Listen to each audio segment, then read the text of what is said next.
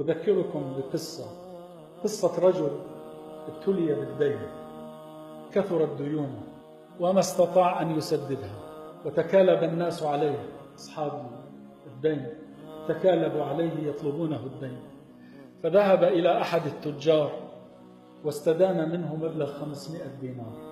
قصة قديمة وليست حديثة، هي مجموع الدين.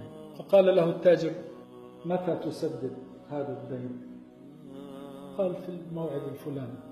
أخذ هذه النقود ووزعها على الدائنين، ولم يبق معه شيء، وازداد حاله سوءا وتراجعا حتى جاء الأجل، أجل سداد الدين، ولم يجد معه ما يسدد به الدين. فجاء إليه صاحب الدنانير وقال له: جاء أجل الدين. قال: والله لا أملك منها شيئا. فاشتكاه إلى القاضي، فجيء به إلى القاضي: لما لا تسدد ما عليك من دين؟ قال: والله لا أملك منها شيئا. فأمر القاضي بحبسه حتى يسدد ما عليه. قال: يا سيد القاضي، أمهلني للغد حتى أذهب إلى عيالي وأخبرهم وأودعهم ثم آتيك. قال: وما الضمان أن تأتي في الغد وقد حكمت عليك بالسجن؟ فسكت به وقال: ضمانتي رسول الله صلى الله عليه وسلم، هو ضامن، وإن لم آتي فاشهد علي يا قاضي أني لست من أمة محمد صلى الله عليه وسلم.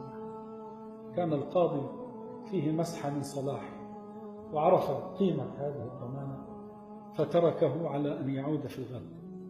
فذهب هذا الرجل إلى زوجته وقال لها: حكم علي القاضي بالسجن. قالت: وكيف أطلقك؟ قال: أطلقت بضمانة رسول الله صلى الله عليه وسلم. قالت له: وقد ألهمها الله، طالما أن رسول الله صلى الله عليه وسلم هو ضمانتك، فتعال بنا نصلي على رسول الله. فجلسوا يصلون على رسول الله. شوفوا كيف تنفرج الكرب وتنحل العقد وهم يصلون على رسول الله. ناموا، فرأى رسول الله صلى الله عليه وسلم في المنام. قريب يا أخوان، قريب جدا، لكن ننظف قلوبنا سودت من قلة الذكر ومن قلة الصلاة عليه صلى الله عليه وسلم. فرأى رسول الله صلى الله عليه وسلم في المنام، وأنتم تعلمون: من رآني في المنام فقد رآني حقا. قال له: يا هذا، إذا كان الصباح فاذهب إلى الوالي وقل له أن يسدد عنك دينك. أقرئه مني السلام وقل له: يقول لك رسول الله صلى الله عليه وسلم: سدد عني ديني لفلان.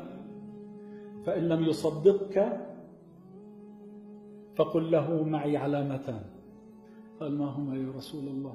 قال: قل له: إنك أيها الوالي تصلي على رسول الله صلى الله عليه وسلم في الليلة الواحدة 1000 مرة، وفي الليلة الأخيرة أخطأت في عدها، وأخبره أنها قد وصلت كاملة. واستفاق الرجل في الصباح، خرج إلى عند الوالي. قال للوالي: رسول الله صلى الله عليه وسلم يقرئك السلام ويقول لك: سدد عني ديني. قال: وما علامة صدقك؟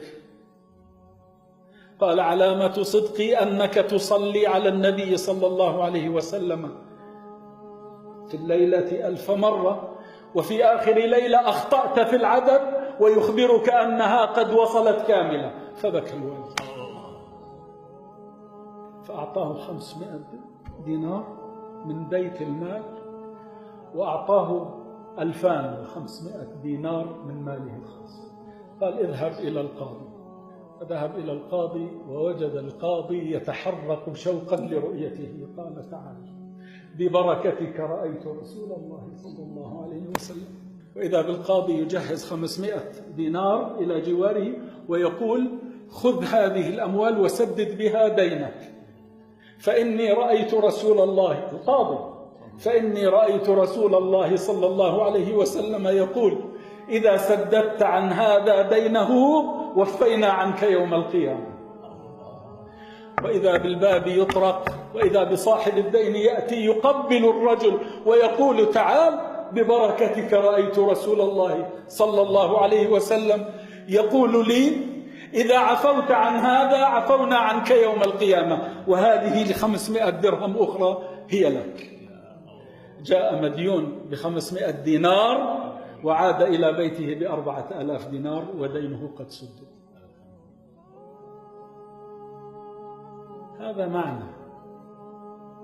هذا معنى من معاني الصلاة على رسول الله، ليس فقط من أجل الآخرة، من أجلك